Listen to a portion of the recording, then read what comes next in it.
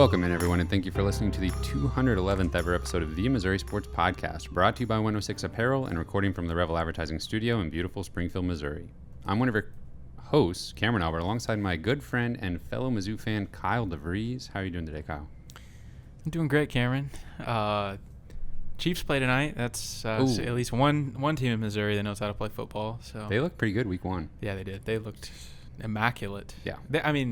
They do that sometimes where they'll come out and it's just like, who's beating this team? Like, how did the Chiefs even lose to anyone? Like, they just...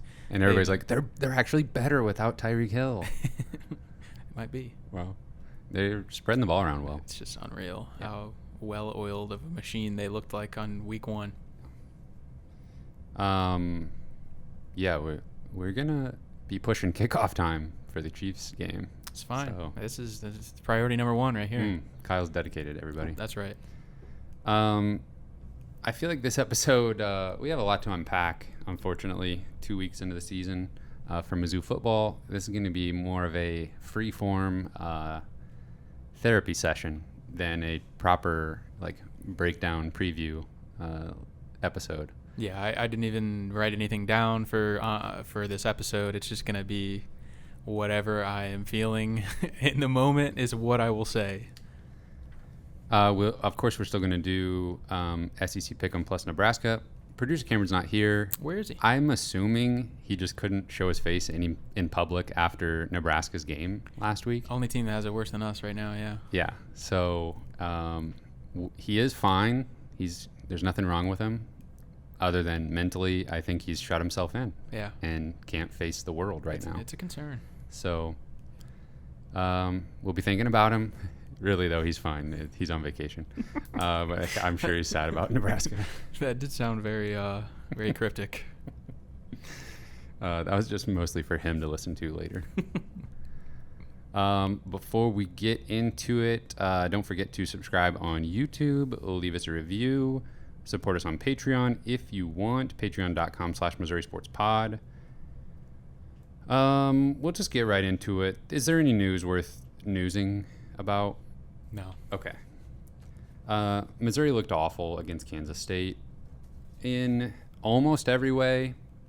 Defense looked okay. Defense made us falsely think that maybe Missouri could mount a little bit of a comeback in the third quarter.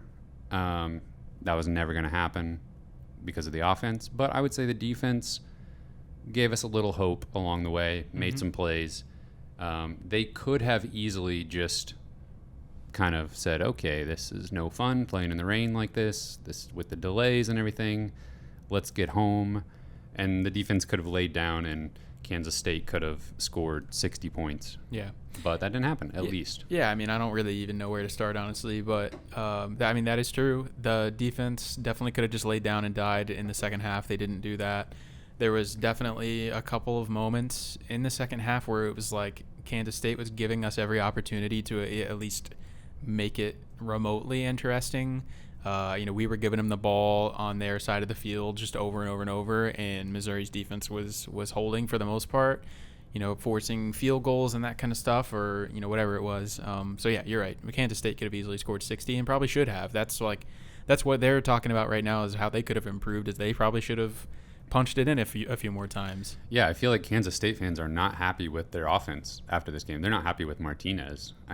This was supposed to be like, well, he'll settle in and have a decent game. But his stat line, 9 of 20 for 100 yards, no touchdowns. Yeah, there was nothing scary about Kansas State really in the second half. But, Missouri just did everything they possibly could to shoot themselves in the foot. They, everything that could have possibly went wrong, did and more. It's just every aspect of Missouri's offense was completely dreadful. Brady Cook was terrible.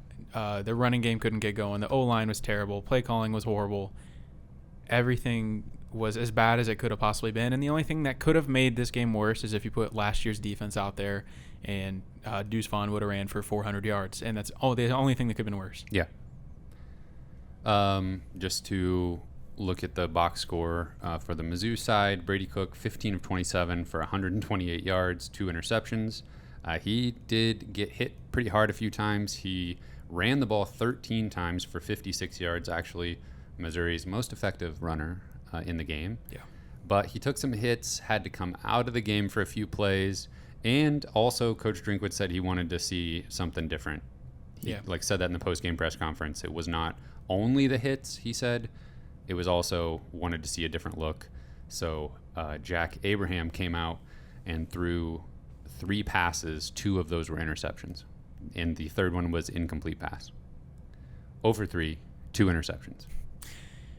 Yeah, I mean, it was a literal circus in the second half. I mean, it was just like 4 of the last 5 passes we'd thrown at one point were intercepted. Video game stuff in the bad way. Yeah. Like we talk about like video game numbers when a player does really well. Yeah. And it was like Kansas put Mizzou on like beginner mode, and they were just like doing everything they wanted to do. Yeah.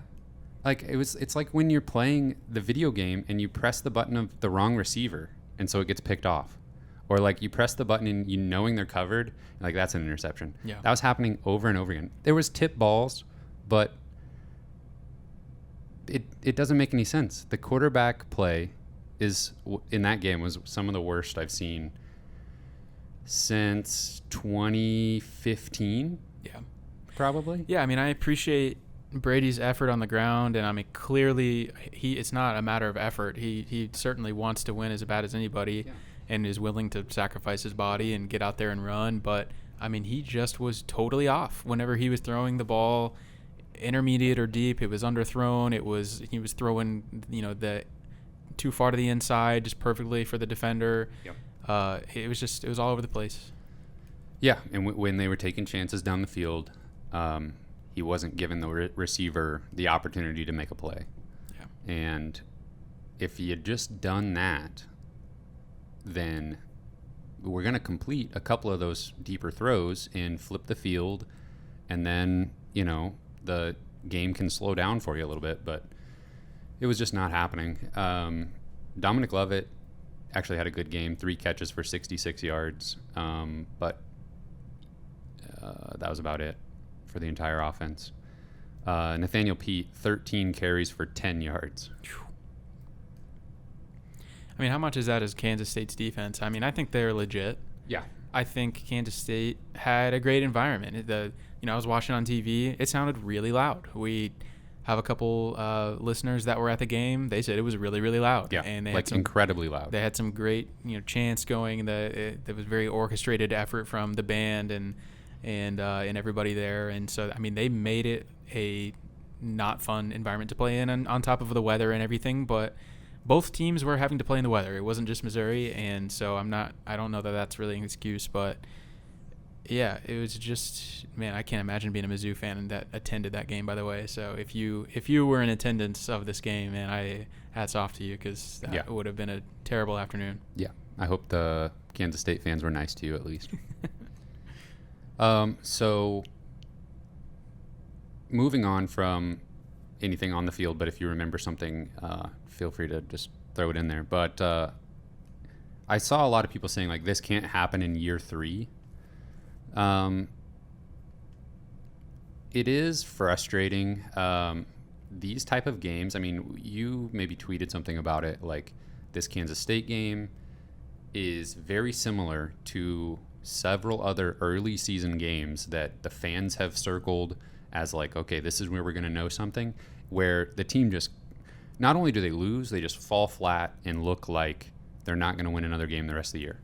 Yeah, I mean, that's really been incredibly disappointing, especially in the Drinkwitz era of those games like we got to get up for, and we do the complete opposite. And it's like they just have this innate ability to just completely kill fan interest early in the season, as sad as that is to say. And we're not going anywhere. We're still going to be here. Mm-hmm. We're going to watch every game, and we're not going anywhere. I'm sure a lot of you guys would agree with that, but you just have to find ways to build momentum sometimes, and the team just does nothing to help with that. And I think we expected Missouri to lose this game for the most part. We knew this would be a tough game, but just the way that they went in there, completely folded from the get-go, looked scared, looked like that bunker mentality was very much still intact.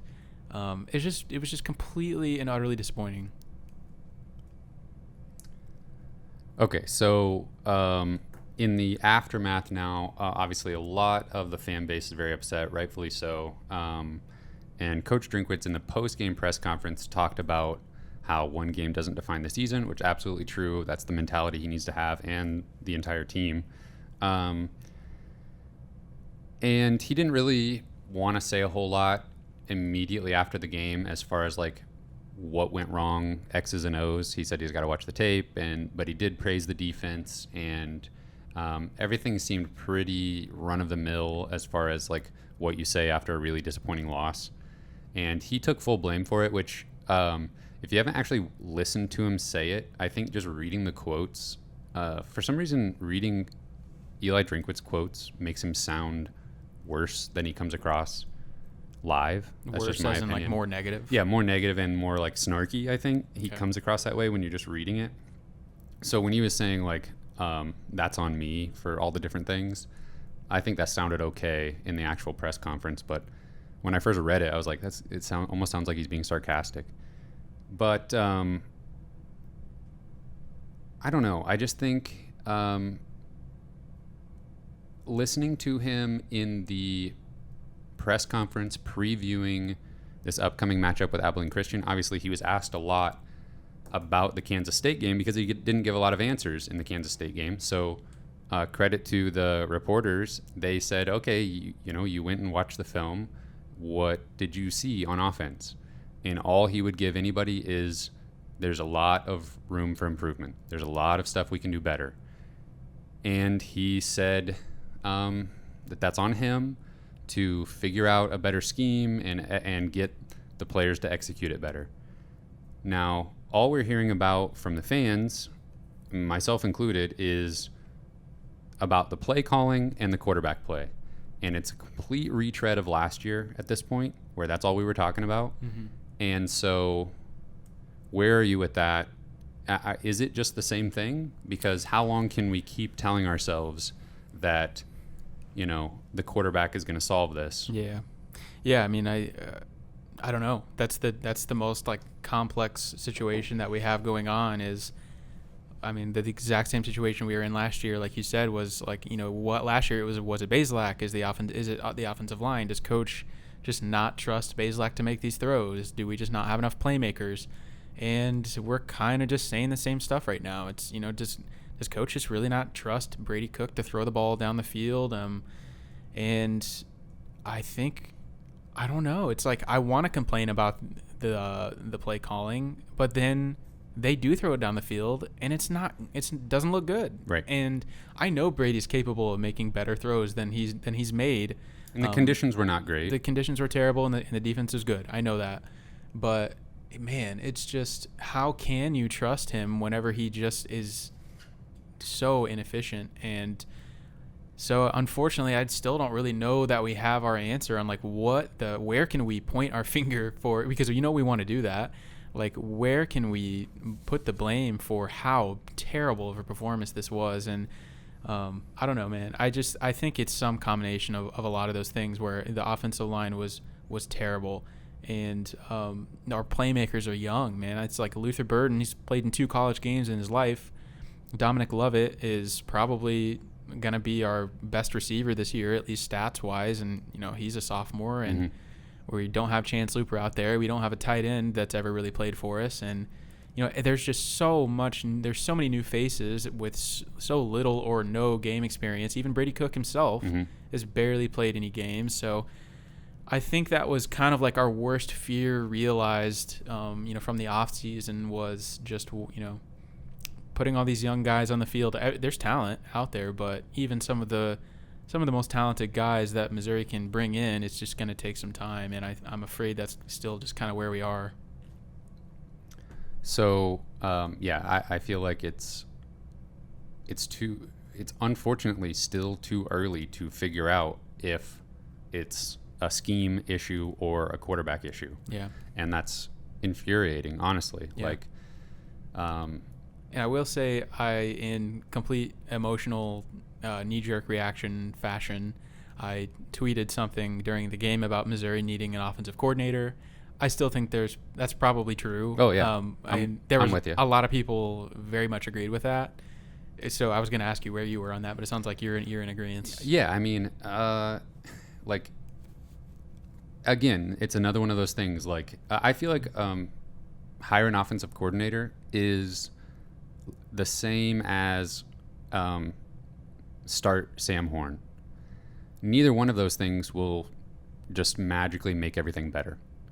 And doing both of those things would not magically make everything better. Mm-hmm. So I think how I analyze the situation is clearly what we know Drinkwitz is really good at is being that CEO of the team, kind of like just leading the team from a CEO standpoint and leading recruiting. He's really good at selling the program and selling a vision, but we have not seen his expertise transferred to the field yet, and that's maybe because of the things we talked about, and maybe it's because he just has too much going on. And so he kind of delegated some of the quarterback duties in the offseason. But I think it may be time for him to just delegate the play calling, the entire offense over to someone else. And I meant to look up, how many teams in the country, or at least Power 5, like how many of those teams have their head coach calling the plays. And I don't know that it's that many. Not a lot. I mean, that is a trendier thing, I think, in the last 10 years or so. And from kind of the Mike Leach air raid offense school of thought and some of those other offensive gurus that were just that good that they became head coaches. Yeah. Or what you see a lot, is like a head coach kind of having this offensive coordinator who's basically just like an extension of themselves. Yeah. And so that's one of the reasons I think just hiring an offensive coordinator wouldn't fix all of our problems, because I think if Coach Drinkwitz is going to do that, it's going to be someone that is just an extension of himself. Like-minded, and similar play calling. Exactly. Yeah. I would be shocked if he, hired someone who had a very different philosophy on what plays to call. Yeah. And, I can imagine it would be a struggle to give that up if you've always done that. And then you could be putting that offensive coordinator in a bad spot where they are just getting, they know that, would Drink have called this play in this spot, Sure. That it's definitely not a mid-season thing either. No. It would obviously be an off-season thing, so it would be a while if that were to actually happen. So I want to talk about more about the press conference previewing Abilene Christian, and then maybe we can kind of wrap it up a little bit with sort of what the rest of the season, how we should think about the rest of the season and beyond. So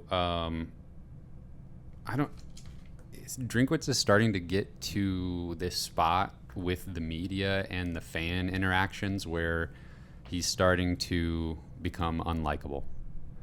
And it's pretty unfortunate, but it is completely reversible, I think. Mm-hmm. And he should, I don't know, talk to a PR person or somebody in the athletic department and try to get a handle on this before it gets out of control. Yeah. Because he was being downright adversarial and just like passive aggressively adversarial to the media in this press conference anytime they asked him about basically the performance of the offense. The questions we want to know the answers to. Yes, the performance of the offense or about any offensive players specifically. Yeah. He just avoided it and kind of leaned into this and sometimes coaches can utilize this to motivate their team if it's like us against the world, nobody believes in us, we're going to have to believe in ourselves sort of thing. But I don't know that he's capable of pulling that off because it came across passive aggressive and not, like stoic and we're not going to let this affect us. Yeah. I do recall when we hired Drinkwitz, I think it was pretty early on, we realized he's character, and when you're winning, it's fun, and when you're losing, you can see how things might go wrong here. And I didn't want to see that happen. But I am afraid that we are going down that road potentially if things don't improve, that there's going to be things said in press conferences that he regrets. And I'm afraid that he may have already done that. And I'm assuming you're going to get there in a little bit. But I don't know. I don't like that road that we're going down with him, maybe challenging the fans a little bit or being dismissive with the media. It's just, yeah. So you're referencing the winners and losers comment, which, okay, having watched it all, I didn't think was as bad as it sounds in print. That's a perfect example of I didn't think it was that big of a deal. Right. Not the best little story to tell there, not Sure. the best little adage to throw in, Mm-hmm. but if you haven't heard about it, he was quoting Bill Parcells, who said something like, losers get together and complain, and then Drinkwitz added on Twitter and message boards, winners get together and persevere, something like that, some coach speak Right. silliness. I agree with you. I mean, I'm not necessarily watching that and just getting like personally offended by it, but I just think you have to have the awareness that like the 1% of the fans are going to be the ones that actually watch the press conference and like see and hear it from the context you're delivering it in. And 99% of the fans are going to see everybody else getting offended by it on Twitter and being like, wait, Drink said we're losers on Twitter. Exactly. Like, you just have to be aware of how that's going to be like, communicated through the grapevine essentially. And I feel like I've seen people really react negatively to that. And that's a scary place, man. Like when you're losing and we've already talked about Drinkwitz maybe wanting the fans to be more a higher participation, yes. better attendance. Like you just can't have it both ways, man. No. You can't say that kind of stuff if you want better participation, better attendance, like more donations. Like you just have to, unfortunately, you have to kiss the butts of the fans. Yeah. And that's to some extent. You don't even have to go crazy with it. Exactly. Just but don't do you just this can't type say of thing. that. Yeah. Yeah. Yeah. Just try to be understanding of that perspective of the fans who are pissed. We're pissed. You just went to Kansas State and we got our freaking butts handed to us. Yeah. We're not happy about that. Yeah. And if you want the fans rallying around the team when they're good, and that to be the buzz of the entire state when the team is winning, he even talks about it. You can't look at this stuff when you're winning. You can't look at this stuff when you're losing. Well, then why are you talking about people on Twitter and message boards? Why are you talking about that? Yeah. Yeah. Clearly, you've seen things you didn't want to see. Exactly. And you want us to know. And I think he's seen that in the actual media as well.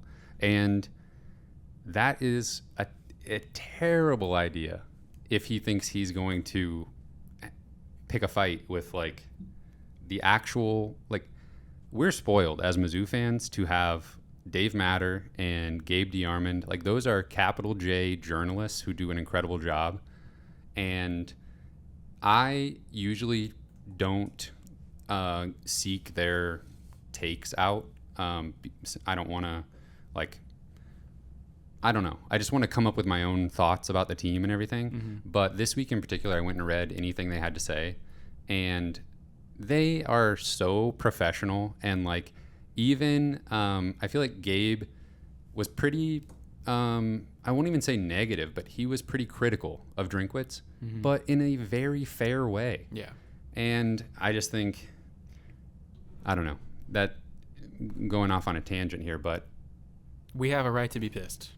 yeah. And the way he was answering things in the press conference, the preview of Abilene Christian, when he all he would say about the offense is there's a lot of opportunities to grow.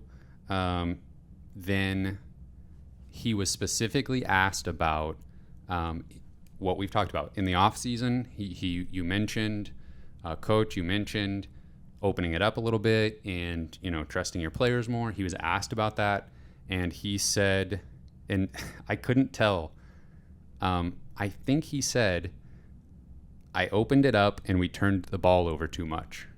And I think he let the mask slip a little bit there. I think what he wants to say is we don't have the quarterback play.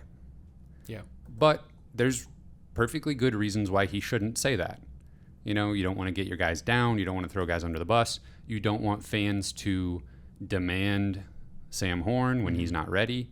Yeah. So you got to protect your players. Well, you got to protect Brady Cook too, which I feel like he's done a really good job of in the offseason. And then potentially, though, opens Pandora's box when he throws Jack Abraham out there for 2 snaps. Exactly. And I'm guarantee you he's thinking, why on earth did I do that? Yeah. Like, unless truly Brady Cook was injured, I don't think he was. I think he said, let's see what else we have out there. Yeah. And it went horribly. Yeah. And Jack Abraham does not throw a pass in this game. This is just what I think. If Brady Cook had not already thrown interceptions, if he wasn't injury related. Yeah, I don't think so. Because I think he took a play off when he got hit one time on a run. Took a play off, but I do not believe Jack Abraham attempted a pass No, it was just on that one play. One handoff. And Brady Cook was right back in there. Yep. That's what happens when your quarterback, gets the wind knocked out of him. Yeah. What happened when Abraham attempted passes was we're trying something different at quarterback. Yeah, I mean, they showed Brady Cook on the sideline when they took him out of the game. He looked very unhappy. Yeah. It was not an injury. It was it was frustration. And man, I'm not gonna lie. And the fact that Cook came back into the game afterwards. Yeah. That whole situation did not look great. I was already emotional from what was happening in this game, but man, that kind of hit me deep, honestly, like seeing Brady get pulled and just standing there on the sideline, like just looking sad whenever he got taken out of the game. Like, it just, man, what a terrible game this was. So, back to the press conference, there was another moment where Coach Drinkwitz was asked about special teams because there's been a little bit of struggle there. They gave up the touchdown. Chris Abrams-Drain has just been letting everything go over his head. I don't know what the scheme is there. Coach Drinkwitz does, and he went into great detail explaining happy to talk about that, what the problems were with the special teams. But then he was completely smiling to the reporters, being like, I'm not going to give you a real answer here on the offensive stuff. So make of that what you will. Yeah, your non-answer says a lot. Exactly. He did say, talking about special teams, they are going to create competition at the punt return spot. Great. If season's back on. If you say that though, that's gotta be Luther Burden back there, right? I would think so. Because he also said, talking about Luther Burden, he wants him on the field less. He said he was out there for about 25 plays more than what they would like to see, which seems, I don't know how you let that happen, if that's really what you want. But less plays, but more touches. That's something I've heard before in the NFL with star running backs and stuff. Sure. That's fine, obviously. Get him more touches. More touches is what we're looking for. The freaking announcers... If you were doing a drinking game with the color commentator in this game, if it was take a drink every time the color commentator calls for Luther Burden to touch the ball more, you would be dead by halftime. You would he was not helping anything. The Mizzou fans. What was this analysis? I guess I agree, but it was the only time this man spoke. Yeah. It was and here we are in the third quarter, and Luther Burden has still only touched the ball 2 times. We know, man. We want Luther to get the ball too. I guess the game was so bad. He just there's nothing he could offer up other than that. Yeah. There's star play. Okay, yeah, we know, man. We know who that is. I think it's because that's in his prep for the game. That was potentially all he really Did you knew. do research for 5 minutes, that's man? That's the story of Mizzou football this year is Luther Burden, obviously. So I'm going to talk about him a lot. Well, what am I supposed to do when he hasn't touched the ball? I'll just say that over and over. Yeah, that was. I just was furious, and that was the only thing I could laugh about in that game. Was man, this dude's really committed to this take. Well, we might see him at punt returner. Coach didn't say that though, so I guess it could be Dominic Lovett or somebody else.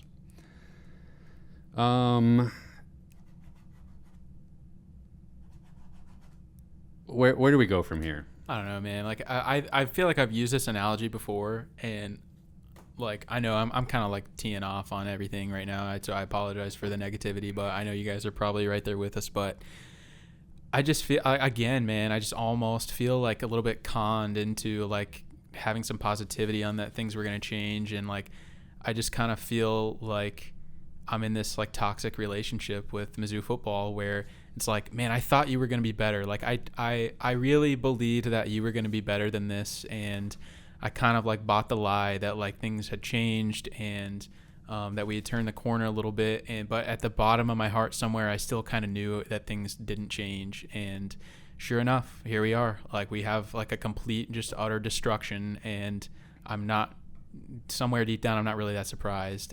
But yet here I am, like I'm always coming back.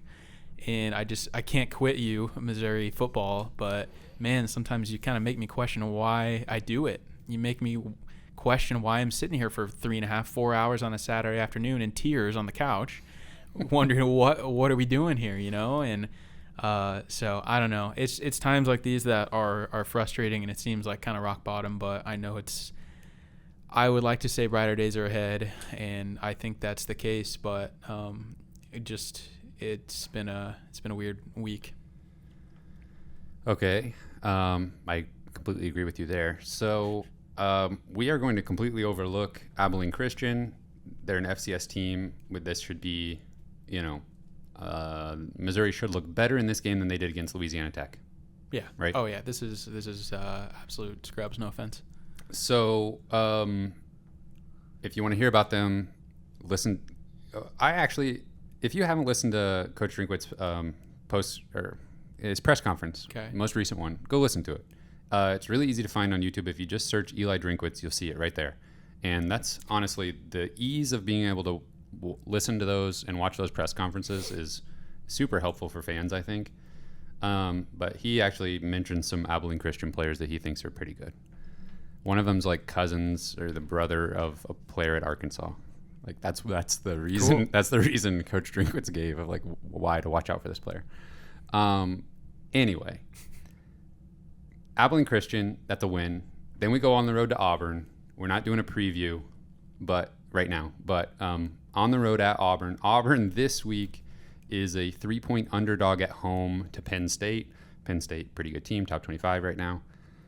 So they got an opportunity. Yep. In less than 2 weeks, we are right there with another game that is basically the same as the Kansas State game.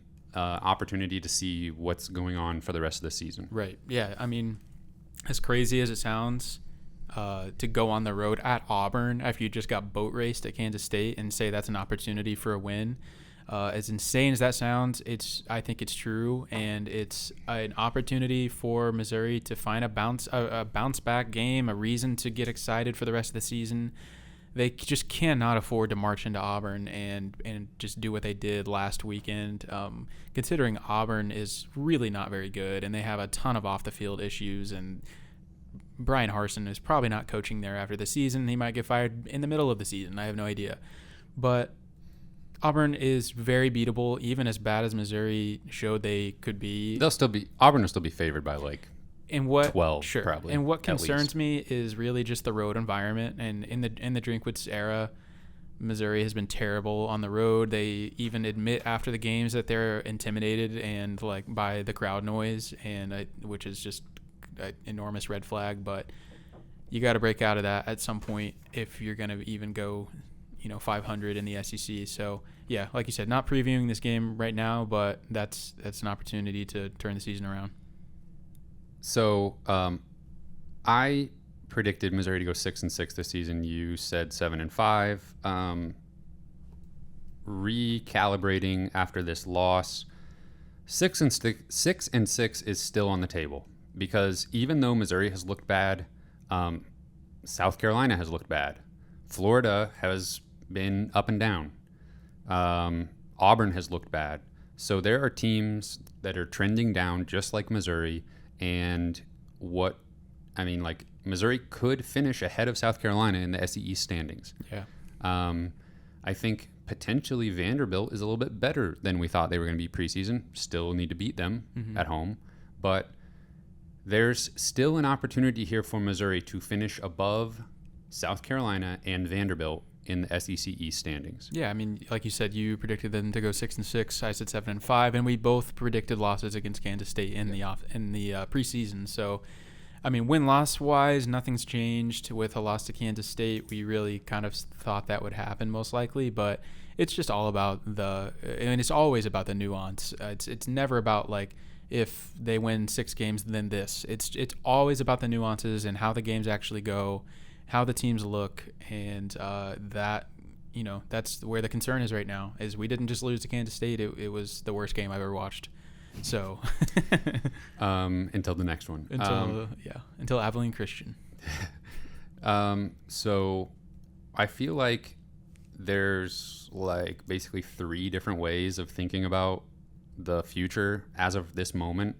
And one is if you think that this is never going to work, and if you are completely done with Coach Drinkwitz, honestly, you're probably not listening to this right now if you're completely done with him.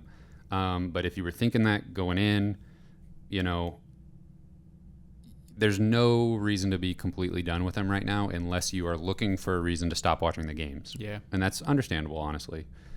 People are busy. Football is not the most important thing in most people's lives, but he's definitely not going anywhere at the end of the season unless they only win 2 games. Yeah. Or 3, maybe. Yeah. He's probably starting next year on the hot seat no matter what. Right. And but he's built up enough with recruiting, right, and, you know. Yeah, I don't think you should want Coach Drinkwitz to be gone. I mean, unless just like the games just completely fall apart and he gets more adversarial in press conferences and stuff, which honestly is not impossible, but we need this to be the low point on that kind of thing. Right, exactly. I really kind of feel like this is as low as we're going to feel in the season, which it's pretty low. Yeah. But I still feel like it's in the best interest of Coach Drinkwitz to just finish out the season as it's going to go, come back next season with another year of experience with talented recruiting classes. You know, we kind of touched on it in the offseason about the youth and important roles and how that had the potential to be ugly, and it's been that a little bit so far. So I'm still in the camp of let's give this more time. You know, I still think that whether or not Sam Horn plays very much this year, I still think that's one thing we have to look forward to. Okay, so that's where I was going next is the Sam Horn has, ever since he committed, that has been the focal point, I feel like. And some people, you know, we're all in on Brady Cook. Be all in on whoever is the starting quarterback every single season. That's what I say, at least at the beginning of the season. But I think everybody knows that we're looking ahead to Sam Horn. It's unfortunate that we're having this conversation 2 games into the season. Sure. But we're all looking ahead to Sam Horn. And that, I think, you know, next year, you've got juniors that you recruited. You've got your hand-picked quarterback who was highly touted. He's not a true freshman. Then that you are starting that season on the hot seat, and you have to prove that can get wins from what you've been building. Right.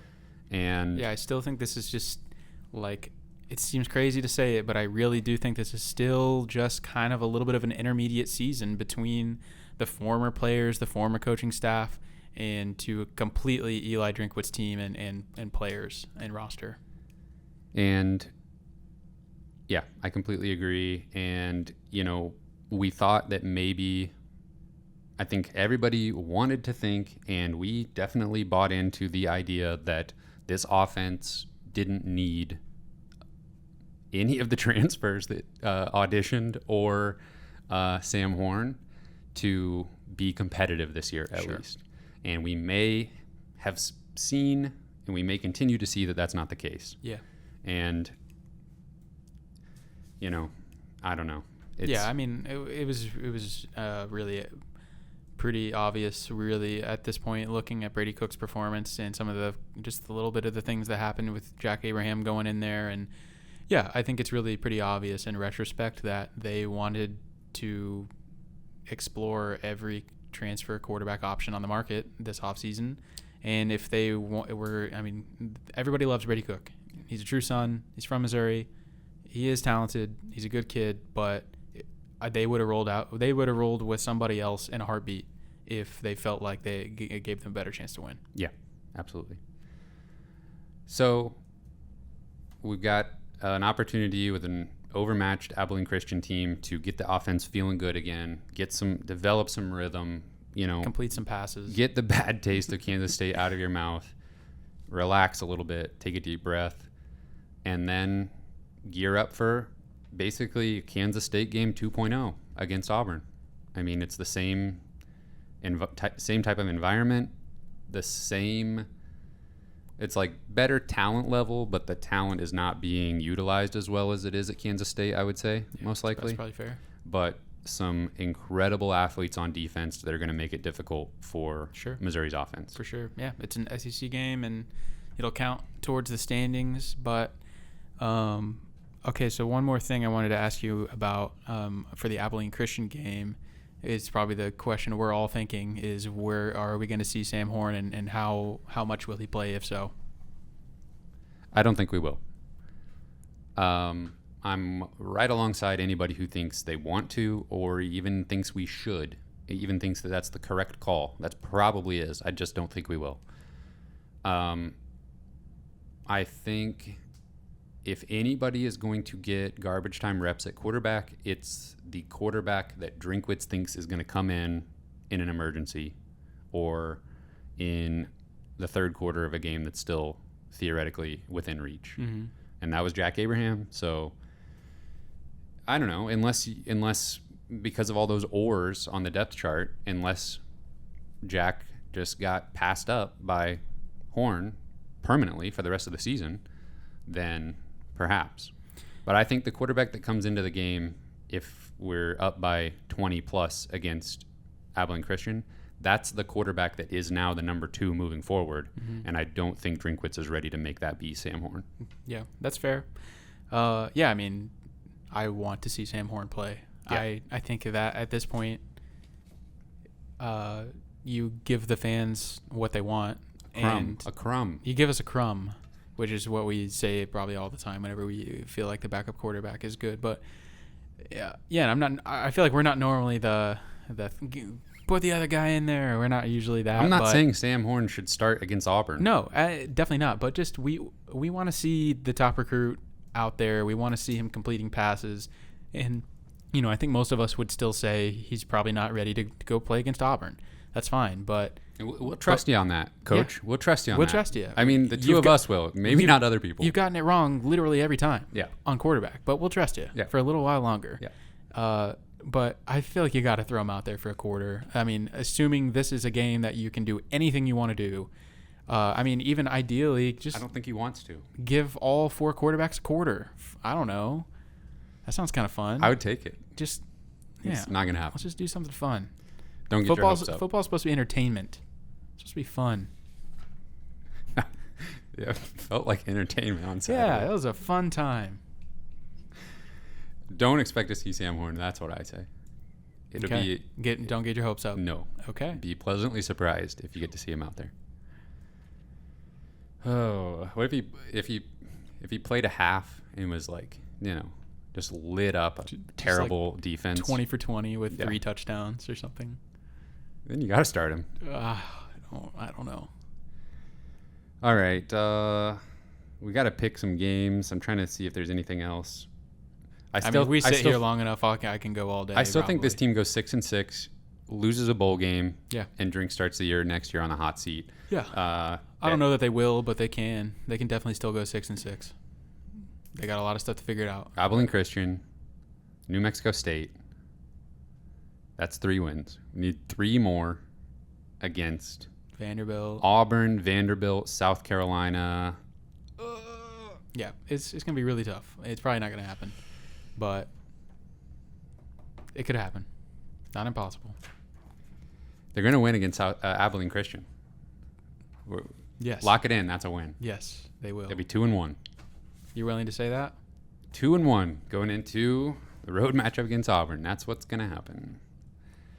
Now, let's talk about some teams that were favored by a lot of points and then lost, namely Nebraska.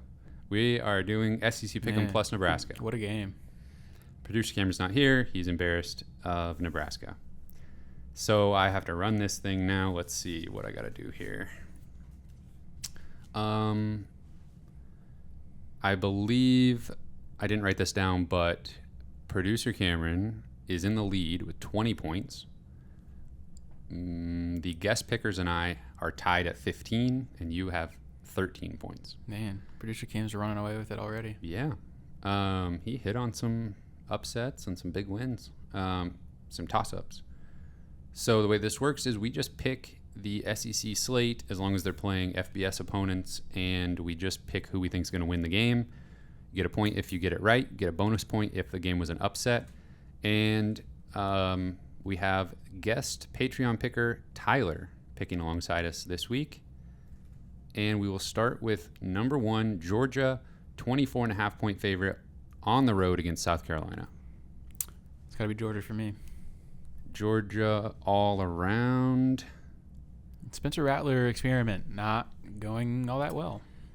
I mean, nothing against the kid, but like I just said, that's one of the few toss-up games Missouri still has left on their schedule. We need South Carolina to just fall apart. They definitely have a fall-apart meter. It's quite high. Yeah, there's potential. Yes. Oof, we need it. Yeah. Next up, number 20, Ole Miss, 16.5-point favorite on the road against Georgia Tech. Yeah, I got to go Ole Miss there. Yeah, sure. Sounds good.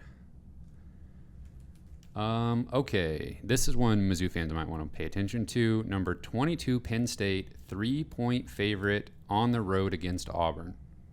Let's see. So far, we've all picked the same. In this one, Tyler picked Penn State. Producer Cameron picked Auburn. I'm going Penn State. Yeah, give me Penn State. Okay. I'd like to try and, get some upset points or something, but I don't believe in Auburn right now. And again, we need them to fall apart. I'm making my picks based on... Would it be better for Auburn to win and go into the Mizzou game with, a renewed confidence? No. And just, or you'd rather them just be like, we don't care. We're losing? Yeah. Okay, I think we want them to get blown out and be having these kind of... we need them to be having Brian Harsin conversations. Okay. I think. Yeah. Maybe that doesn't happen in such a toss-up game, but if they lose by 20... At home, yeah. Yeah. Okay. Can Mizzou get Brian Harsin fired? Ooh, there. Now that's an attainable goal. I think they can. I genuinely think they can. Yeah, I'd like to see if they lose the next two, including against Mizzou. I think he's gone. Oof. We're gonna get to Nebraska, but Scott Frost, he's out of there. Well, let's see it with Harsin as well. Let's see. Vanderbilt is on the road against Northern Illinois. Northern Illinois, 2.5-point favorite. Oh, wow. Okay, that's easy. Vanderbilt. Everybody's on Vanderbilt. I'll take Northern Illinois. That's surprising. I'll take Northern Illinois. You might regret that. I probably will, but I actually kind of like Vanderbilt this year. But I'm going to pick against them. Wow.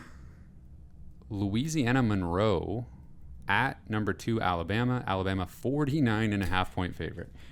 Yep. I think you know who I want there. Louisiana Monroe upset Nick Saban Alabama team a long time ago. Wow. That could definitely not probably happen again. Yep. Alabama, though, almost lost to Texas. We almost that all picked that incorrectly. That was a surprisingly close game. Wow. I did not see that coming. Texas was almost back, folks. Steve Sarkisian, Texas head coach, he's been making enemies in the media this week. Oh, really? Yeah, they're asking him who's going to play quarterback, and he won't tell them. Well, are there questions? Why would there be questions? Yeah. The what's his name? Did somebody get hurt? Yeah. Oh, yeah. Ewers. Yeah. Quinn Ewers. Quinn Ewers. Yeah. Anyway, next up, Mississippi State, 2.5-point favorite at LSU. Oh, okay, yeah. Tyler and producer Cameron both on LSU. Dang. Who you going? If you pick LSU, I will pick Mississippi State.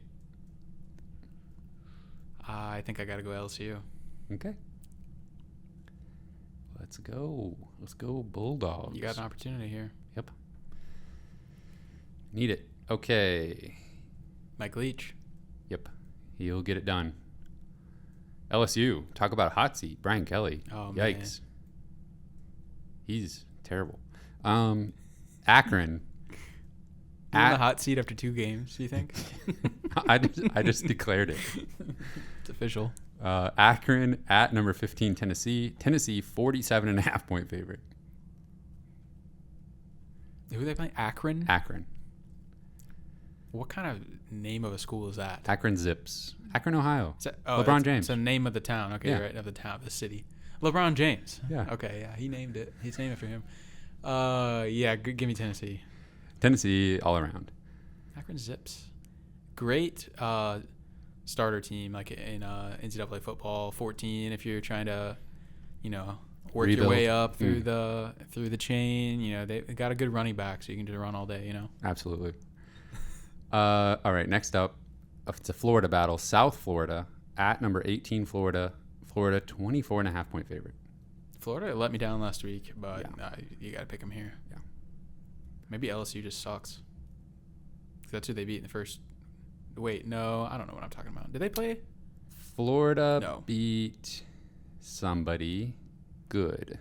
Wait. Who did they? Am I dreaming that? Who did Florida beat that in week 1? A good team. I'll tell you. Florida beat Utah. Okay. Eventual Pac-12 champion, college football playoff attendee Utah. I was definitely confused. Florida beat Utah, then lost to Kentucky, but they're going to beat South Florida. All of us agree. Then we've got a real interesting matchup. Number 13, Miami at number 24, Texas A&M. Fraudulent. They just lost to Appalachian State. Wow, that was brutal. 5.5-point. Texas A&M 5.5-point favorite at home. How? Both Tyler and producer Cameron picked Miami. Oh yeah, Texas A&M is a favorite. Yeah. Oh, you got to go with Miami there. I'll take A&M. Okay. How in God's green earth do you have the talent that you have with the coach you have, and you're as bad as Texas A&M is? Number 24 in the country. It's just mind-blowing. They're going to beat somebody. They're going to have one of the best wins in college football this year in SEC play. They'll beat Alabama or something. Yep. I agree. All right. Then the potential. We said that last week. We were literally like, Texas A&M is fraudulent, and then they'll beat Alabama. But and that was even before they lost to Appalachian State or however you say that word. How do you say it? Well, what are the different options? There's Appalachian. Appalachian? That's how I would say. Is how they were saying it on the broadcast, I think. It's one of those things where I feel like that's the only time it's said that way is talking about the school. Okay. And not the region. Okay. I feel like when you say the region, it's always Appalachia. Right. That sounds right to me. Appalachian State? Yeah. But that's not right. It's Appalachian State. Yeah, I agree. There's other things like that. If you're still listening to this and you can think of other things like that, leave them in the comments. We need you to come through for us here, and we'll talk about it next week. Are you a Louisville or Louisville kind of guy? Louisville. Okay. Louisville. Not that Louisville. You don't know that. Louisville. Louisville. One thing I've heard is people from Toronto pronounce it Toronto. Okay. People, outsiders, pronounce it Toronto. Toronto. That's how it's spelled. Toronto. I think I say it like the natives do. There you go. Toronto. Last game of the week. Number 6, Oklahoma, 11-point favorite at Nebraska. Oh man.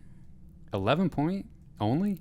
Nebraska just lost to Georgia Southern as a 27.5-point favorite. Oklahoma will win by 50. Yeah, they can name the score of that game.